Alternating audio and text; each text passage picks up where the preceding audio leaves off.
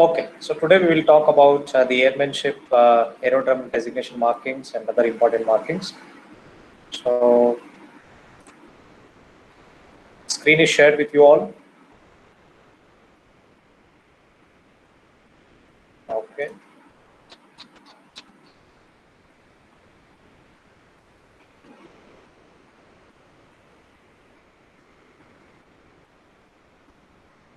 So, an aerodrome markings are very important, and this is once again defined by ICAO, International Civil Aviation Organization, and throughout the world, wherever you go, uh, you will find the same kind of markings because the aircrafts which travels from one place to another place has to be a uniform kind of or universal kind of marking should be there. So to understand the pilots which are traveling from one country to another country, or it might be even local also, the markings and designations and meaning of the marking should remain to be same. So this is again defined in various chapters of ICAO that will come to a later part. I will just discuss few of that later. As I told you, the need for standardization is the sitting layouts and physical characteristics of airfield be facilitated for the safety and orderly expedition flow of air traffic. Means for the safety as well as for the smooth flow of air traffic, these markings are very, very important. And the basic areas associated with physical characteristics have been standardized for all airfields or aerodromes with subsequent amendments from time to time. Means there are few amendments which are brought in from time to time, which need certain additional care. So then a few amendments has been made in terms of markings, but markings which are done are not changed, but keep on adding the additional markings as the technology improves or you want something else.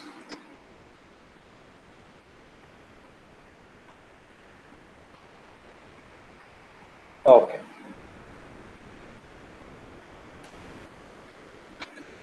So the standardization in India, so the physical characteristics, and again it is under monitored by DGCA, which monitors the rules and regulations for Indian air traffic.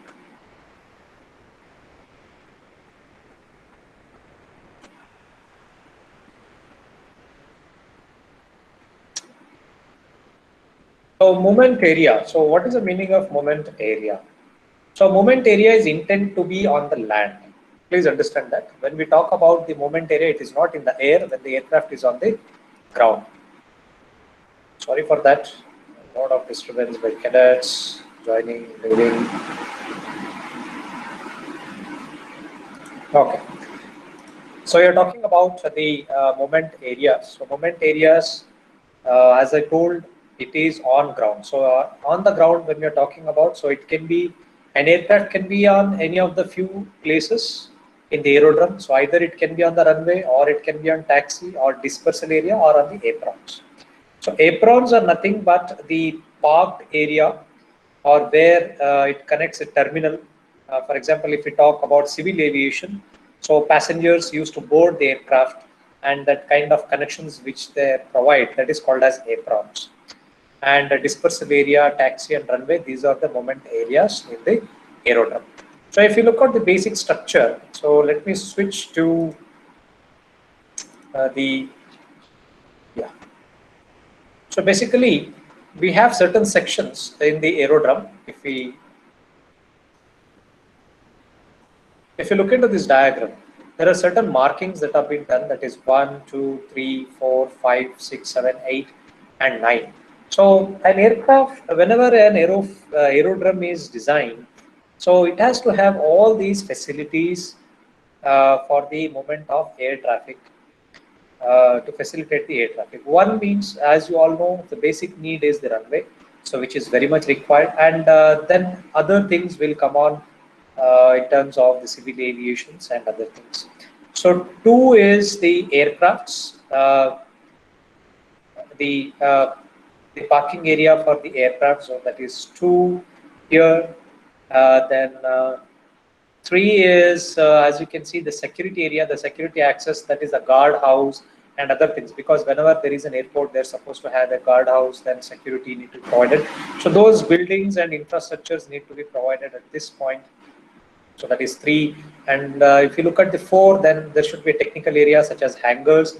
So as you can see here, so these are the hangars where the aircrafts need maintenance or it may be parked, these kind of things.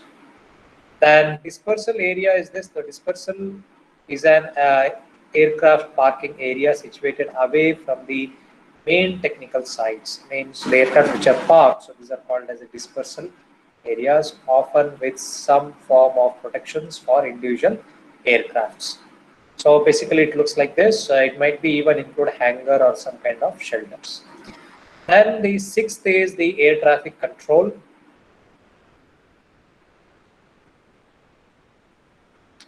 The 6th is the air traffic control, that is ATC, which is required again in the aerodrome that is situated. Then 7 is the munition storage, that is this comes for defense, that is the bombs, ammunition, missiles, explosives, all these things has to be kept in the secured area or a compound well away from the technical and domestic areas of the airfield. So this is basically a defense aerodrome layout which you are seeing. And then 8th is the fuel storage. Again, the airfield normally has several bulk fuel storage installations, and again these are kept to be in a protected areas. Then domestic area is where the movement of the people will be there, that is aerodrome are manned by heavily trained personnel who live in barricade accommodations and adjacent to technical areas. So these are the basic split of an aerodrome. So what are the basic split of aerodrome? So aerodrome means it needs to have a runway, it needs to have an aircraft parking area, then security section, then technical areas such as hangars or maintenance of. So the big hangars are usually used for parking as well as for the maintenance of the aircraft. Then dispersal area,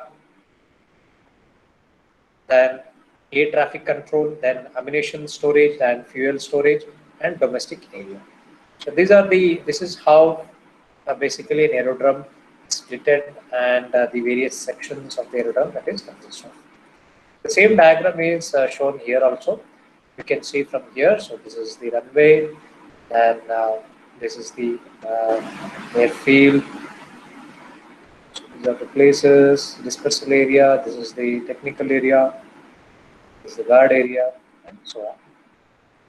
Now we will look at the markings of the flight stream. So basically, a runway should be a minimum of a length of 3 kilometers, and maximum it can go up to 5 kilometers depending on the availability of the area of that aerodrome. If they have sufficient space, then they can extend it to 5 kilometers, or if they're constrained, that the land area is constrained, then the runway length can be constrained to 3 kilometers. But there is no compromise with the width and the other designation markings in the flight strips. So this is called as a runway with a width of 150 feet. The width of the runway is 150 feet, and the shoulder, there are two shoulder ways here adjacent to the runway, which is for the safety purpose of an aircraft. It is not only for safety. If you have noticed, everyone knows that recently the incident which happened in Kerala. In such situations, what happens? The emergency services will be there, so they will be ready on these shoulder lines, on the either side of the shoulder lines. That might be an ambulance or the fire extinguishers. All these vehicles are ready in case of emergency landings of any aircraft. So they will be ready to take care of any situations when aircraft is landing or approaching. So that for that purpose, the shoulder lines are used. And the cleared zone is where it is a level area which is not paved, but it is leveled. No trees or nothing will be there. It is level to a runway, so that no obstruction can be there for the aircraft. So then after 3 kilometers or 5 kilometers, there is a paved overrun, we call. This is used in the emergency situations. That is of 900 feet. That is approximately, and then again 1000 feet prepared over runway. So these are the two additional length of on either side of the runway will be there. One is the 900 feet overrun, paved overrun, and prepared overrun of 1000 feet will be there. And cleared zone should be 275 feet width. Cleared zone means in this area, whichever you are seeing here, this cleared zone, no building, no trees, nothing should be there. It should be cleared area. It should be leveled and clear area. That is what it means.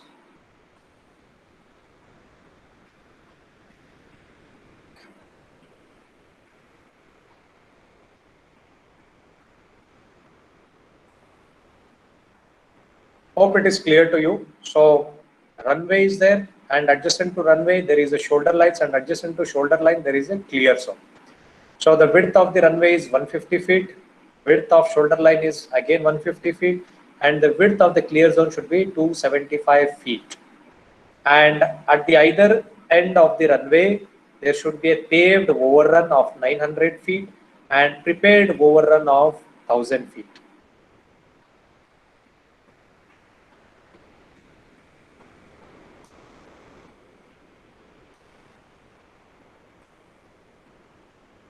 Okay. So this is about the flight steps. So this is already explained to you all. So what is the meaning of this? So cleared zone is again, it is adjacent to the shoulder strip. This is for the safety of the aircraft, and it should be leveled and free from the obstructions as far as possible. This is what it means. And the runway or paved surfaces intended for takeoff and landing, as you all know. So this, the number and orientation of the runway or the airfield will depend on the volume of the traffic, means how often the aircraft approaches or land or take off. So that depends on the traffic of that.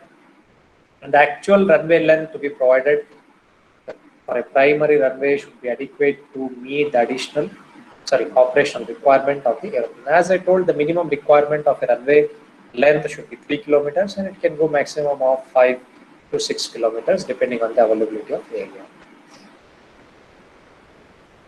So taxiway is again a paved surface which is used for taxiing of the aircraft, which is connects from the dispersal area to the runway. It is the connecting point, or which is also called as the aprons. So aprons is again the area which is intended for passengers boarding, and that place we call it as apron. That is, terminal is a civil word which we call.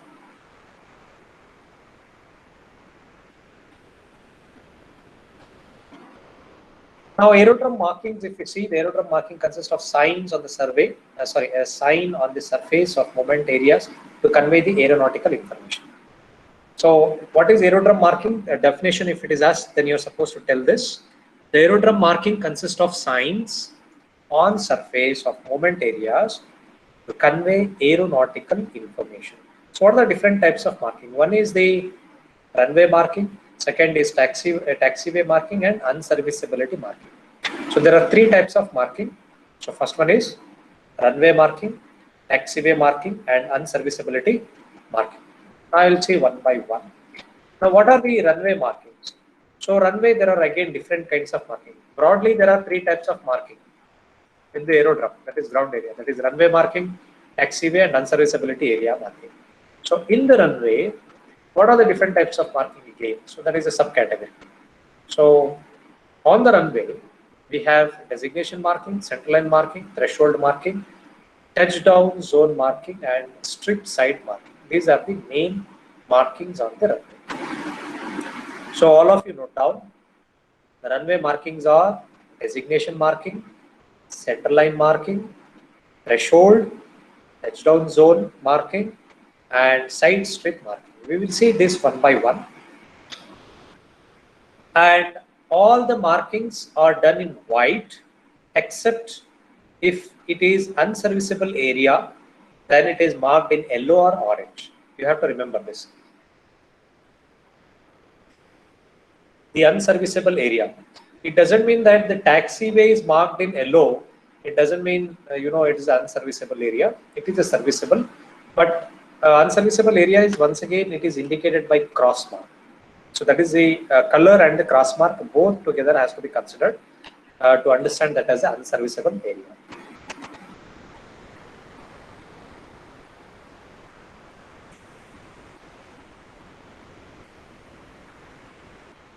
Now we will see the designation marking. So this designation marking is nothing but the numbers which are written on the runway.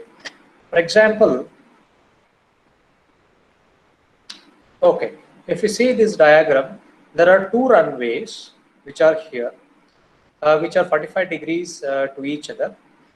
So now one runway is marked as X. So X indicates that it is unserviceable area. So no aircraft intend to land on this or touch down at this runway. Whereas the other runway is written as 36 and 180. So now if you look at the compass,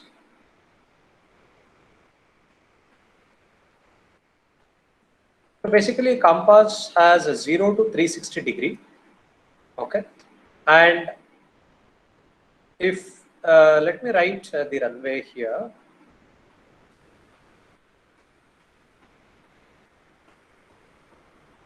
Okay, this is the compass. If the runway is like this, and this is our center line marking. Now, if the aircraft is approaching from this direction, then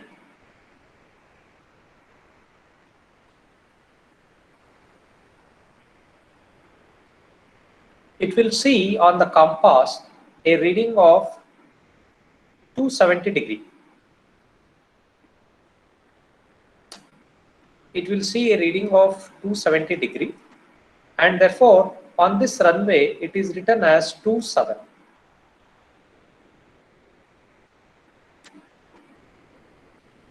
And if the aircraft is landing on the other side of the runway, that is like this, then the other side of the runway is designated as say 09, like this. So basically we are supposed to multiply this by 10. So if you multiply with this 10, 27 will become 270. It means 270 degrees. It means the pilot sitting inside the cockpit, that is on the A side, he is in the compass, he sees the degree on the heading direction as 270 degrees. Whereas the aircraft which is on the other side, that is B, from the cockpit in the compass, he can see that the aircraft showing the heading direction of 90 degrees.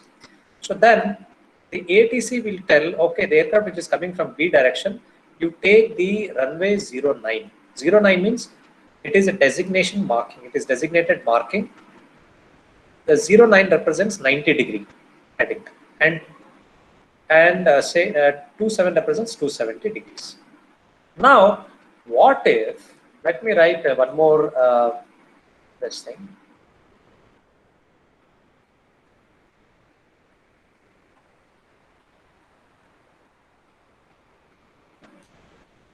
Now, suppose the runway is in this direction. This is the center line. Though it doesn't look like center, you assume it is a center. Now, the aircraft which is coming from this direction,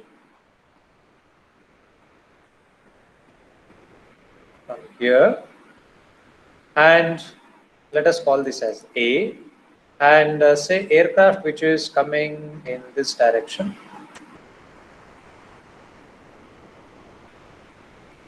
Now, this is called this as B. Now, what is the heading direction of A? Anybody tell me? Approximately. Approximately 200 degrees, sir. 200 degrees. So what should be the designation marking here? Runway 20. So the runway marking will be written here as 20. And B? Approximately 60 degrees. See, whenever you consider it, it should be 180 degree apart. Okay. Okay. So what is the 180 of 200 degrees?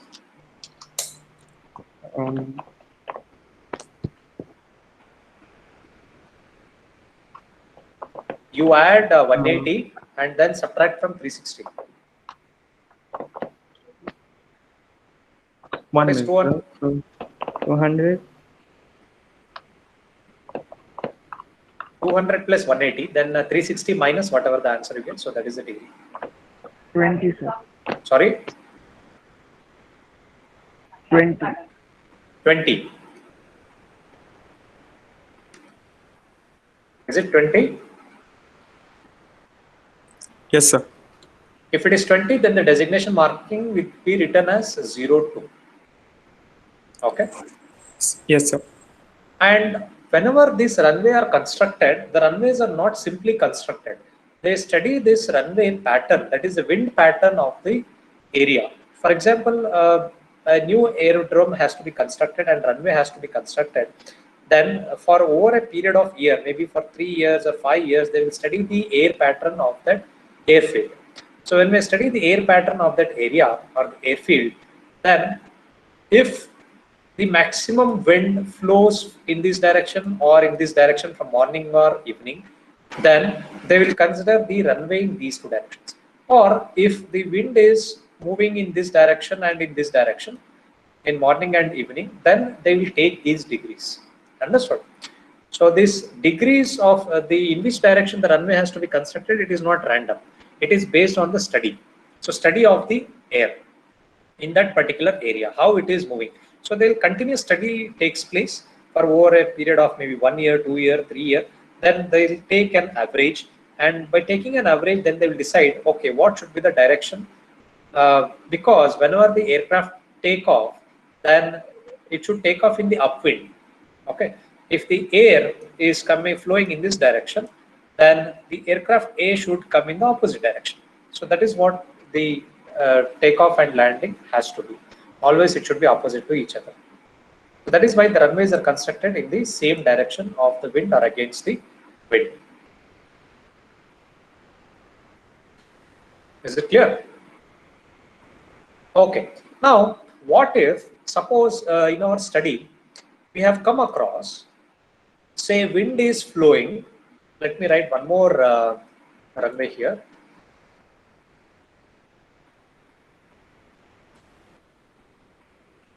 Suppose say in this direction the wind is flowing. Now the direction of the wind on and study, we have come to a conclusion that it is in a 25 degrees. And here it should be 225 degree. Correct? 25 plus 185 is 225. Somebody help me with this.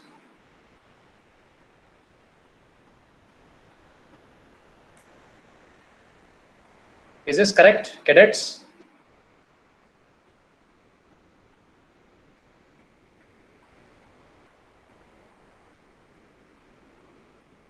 Are you listening to me?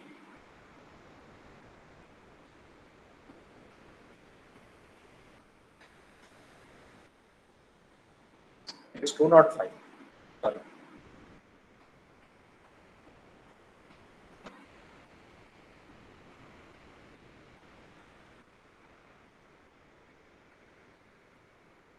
Am I audible? Yes, sir. Why nobody is responding? Okay. So now, suppose the wind is flowing in this direction in 25 degrees, and in the opposite direction, maybe some other time it flows in 205 degrees. Now, if we construct the runway, what should be the designated marking? Can anybody tell me on A and on B side?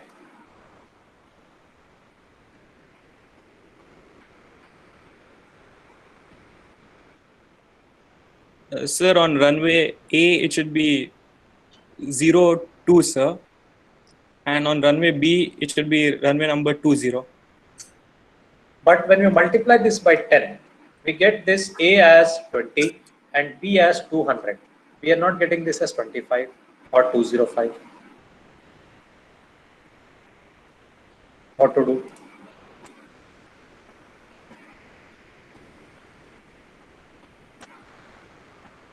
Tell me what to do. Any idea? If runway B becomes 21, sir. 2-1. then 21 means if you multiply by 10, it becomes 210 degrees. So what happens? No runway is constructed with these kind of numbers.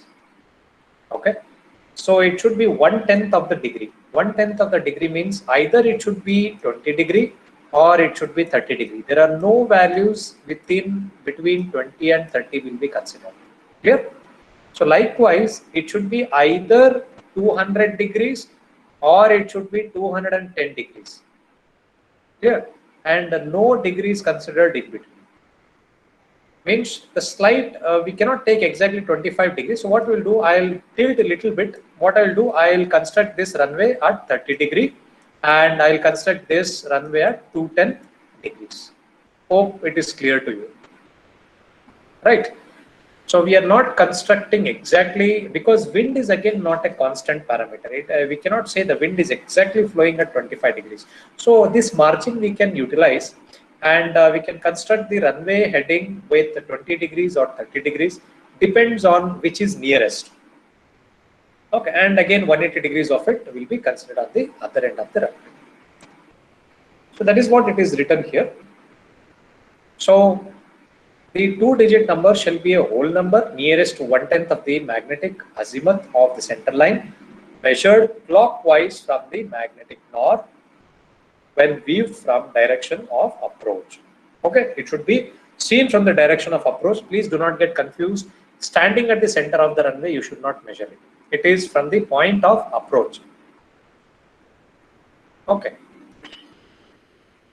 So as it is shown here, so if you see this 3/6, what is a 3/6 means? How many degrees? 360 degree. So 360 can also be written as 0. So some airfield, we do not write 0, 0. So rather than writing 0, 0, we'll write it as 3/6. And that 3/6 is multiplied by 10 again, so it will become 360, and again 180 degree apart, the other end will be 18, the designation marking. So multiply by 10, it becomes 180 degrees. Now if you see the second figure here, there are 3 runways parallel to each other. Do you see this? This is also 28, this is also 28, and other might also be 28. When there are 3 designation markings with the same, then how do the pilot should distinguish between the 3 runway, where exactly he has to land? So that is indicated by an additional marking that is written as R and L. Okay, sorry, there are only 2 runways, R and L. So this indicates R represents the right runway and L represents the left runway. In case if there are 3, then this center will become C, this right one will become R, and the left side will become L.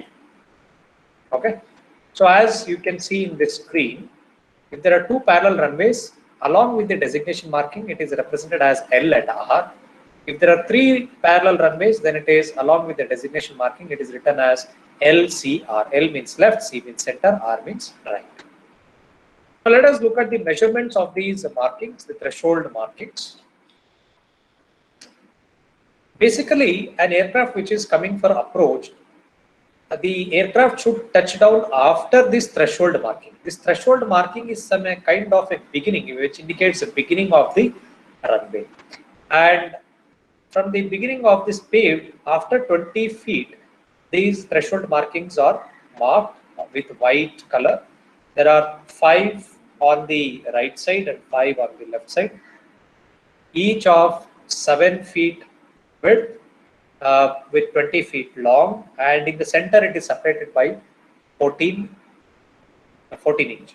And the designation markings are marked after 40 feet from this threshold with a size or with a length of 30 feet.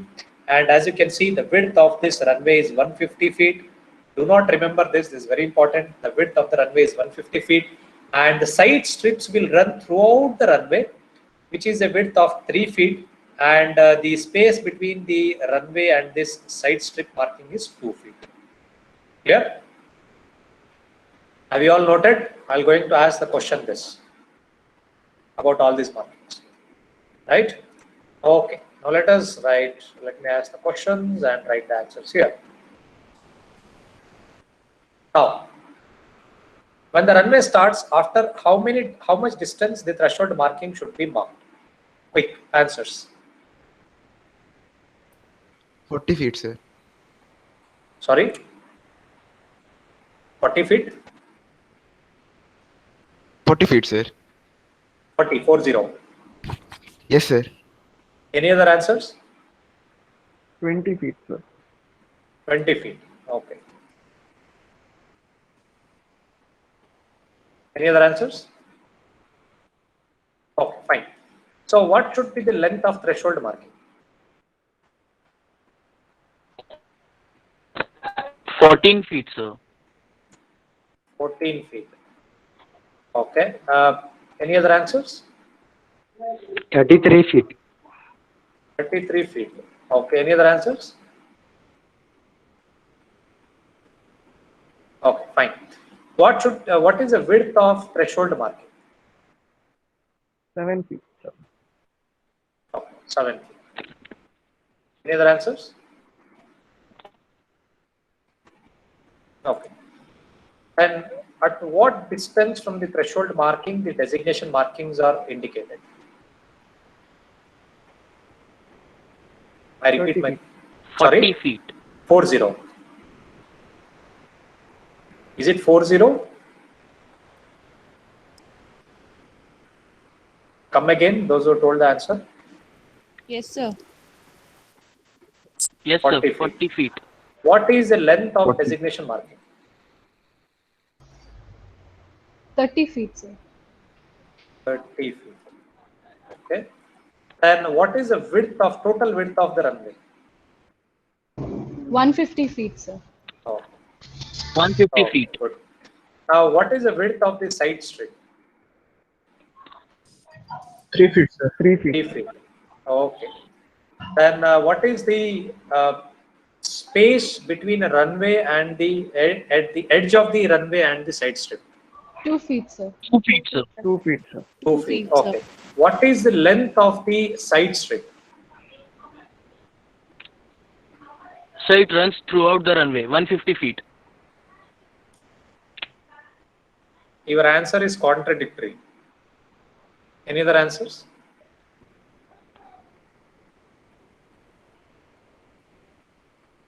Any other answer? What is the length of side strip? 3 So it feet. depends on the runway and it runs throughout the runway. Okay, 3 feet. Very good. Who is that? Cadet Adarsh. Side strip means what? Okay, fine. Now I'll take you to the runway diagram. This is the runway, right? You see this runway diagram? This is your threshold marking. This is your designation marking. This is the touchdown point. Okay. This is the aiming point. And this indicates the distances. Now, side strip marking is this. You see this? This is side strip marking. Now, do you think this is a 3 feet? This is not 3 feet. The width of this is 3 feet, but the length of this side strip is throughout the runway. So one cadet has told throughout the runway and 150 feet. Sorry. That's why I told your answer is contradictory. The width of the runway is 150 feet, whereas the length of the side strip is throughout the runway. As long as the runway is there, so the side marking will continue. Okay. Okay. Good. So now let us get back and see your answers. So first answer I asked, first question was, okay, somebody told 40 feet, 20 feet. So correct answer is 20 feet. And next question was, I don't know, I have not written the question. I asked what is the length of the threshold marking. So the length of the threshold marking is 20 feet. Both the answers are wrong. Then 7 feet is the width. Okay, it is fine. Then 40 feet. The distance between the threshold marking and designation marking is 40 feet. That is correct. The length of the designation marking is 30 feet. That is correct. Width is 150 feet. That is correct. So side strip is 3 feet. And distance from edge to side strip is 2 feet. Correct. Sorry. Okay. Same thing is mentioned here. Now this is the threshold marking, and from threshold marking there is one more line. So this V indicates that this is the heading point or the approach point for the landing. If it is not there, then it is not considered to be a landing run. Now there is a center line marking also exists. Now center line marking from the designation, it is separated by 40 feet, and the length of each center line marking is 100 feet, and the distance between two center line marking is 50 feet, and the width of this center line marking is 3 feet. Okay, so let me repeat.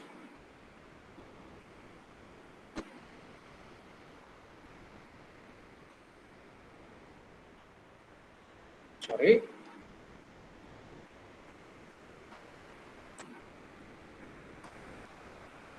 So let us repeat this quickly. So this is 40 feet from marking, designation marking to the center strip, center marking, and the length is 100 feet, and distance between two marking, center line marking is 50 feet, and width is 3 feet. So this is how basically it looks like. So the pilot who is coming for landing will be aiming at this aiming point. You see this, the thick line here after this 3. So there is a thick line. So he will be aiming at this point. So after this threshold, he will be touching down at this 3 line mark. Okay, so same thing is explained.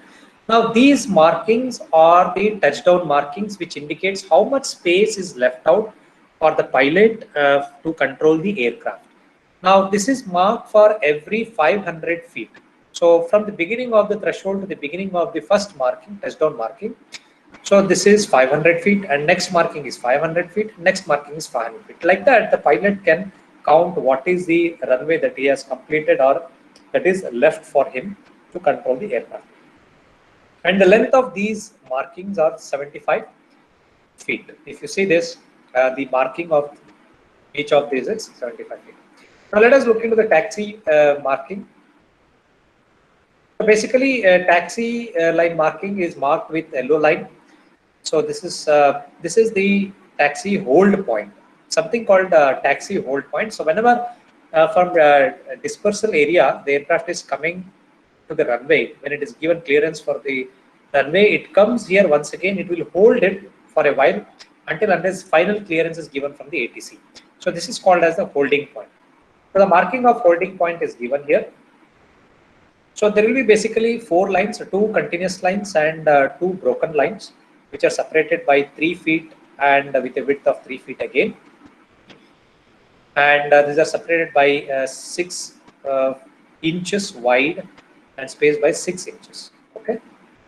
And the light indications are very important. So whenever in the taxiway there are a red light, so it indicates that it is unserviceable area, or it is painted by orange. So the orange painting is also of designated size. It should be a length of 30 feet and width of 3 feet. This is very important. The unserviceable marking, what is the marking of unserviceable area is, it is X, it is marked in orange, and its length is 30 feet and a width is 3 feet. Okay. Now if you see this diagram, now this taxiway, which is indicated by red line, this is unserviceable, and even the runway is marked in yellow line, it is also unserviceable. It means the aircraft cannot enter into taxi as well as in the runway. Now you'll see the lightings of aerodrome. So there is something called approach lighting. This assists the pilot to make an approach for landing in poor visibility conditions, and airfield landing, which makes it easy. So basically the incident which happened recently, so in Kerala, so that is the aircraft during approach or the landing in the night time, there is a problem with which has come through sources, is that the central line lights were not visible. So it was not able to locate the correct runway center from the by the pilot. So the incident happened. Next, there are a few lightings. So runway edge lighting, runway threshold identification lighting, runway end lightings, overrun lightings, runway approach lightings, taxiway edge lightings, turning point lightings, aerodrome beacons, then VSI, landing directions, wind directions, all these. Now, if you see this, these are the various kinds of markings and lightings are will be seen in the next image. So now if you see here, so K1, A2, A3, all these are the markings. Now, for example, if the aircrafts enter from this right side at 08, touching down at 08 means 80 degrees, then he reach at the other end of the runway, then he can take the taxiway either K1 or he can take taxiway A2. So that is permission given by ATC again. So ATC will say, okay, take taxi K1. So taxi K1 means then aircraft exit from this taxi K1 to A2, then it designated to come wherever it's supposed to come. Now these are the different lightings and its dimensions. So touchdown point is here, lighting, and spacing between each lighting is 200 feet, and this is overrun area. So this is SG area, which is again of sand. So the length of each is given here. So total area is 500. Then this T indicates that is the approach side. So the total length of the lighting is given, that is 125 feet, and each lighting is separated by 150 meters.